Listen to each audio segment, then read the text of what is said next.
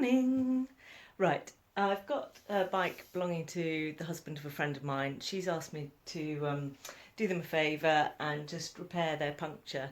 So I'm going to do that. But whilst I'm also got the bike here, I thought I'll give it a quick once over and show you what happens with an M check. So an M check's what mechanics call the way of the system of checking the bike and making sure it's all right. It's literally you draw an M going from the front up, down, up, down. So it's literally a system of knowing a methodical way of working through a bike. So the first thing, a couple of things that I'll point out to you that I'm going to do within that M check is where I repair the puncture, I'm actually going to check whether there's cracking left on the tyre from where it's sat with a flat tyre for a while.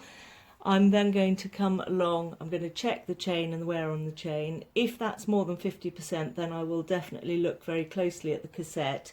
If you ideally change your chain when it's 50% worn, because that means you'll get 2 or 3 chains for every cassette.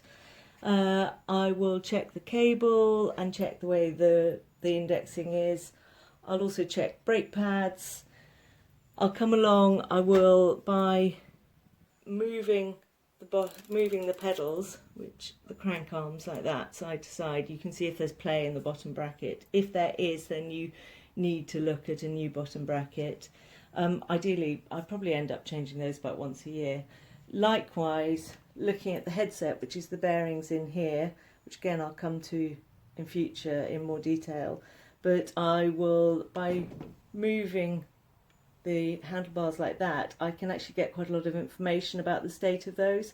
They feel slightly gritty. I may take, so I'll just sort of have a look and may clean them, re-grease them and so on. And that's basically it. And then all it takes is just a last check on the bolts and making sure everything's snug and done up properly, and we're away.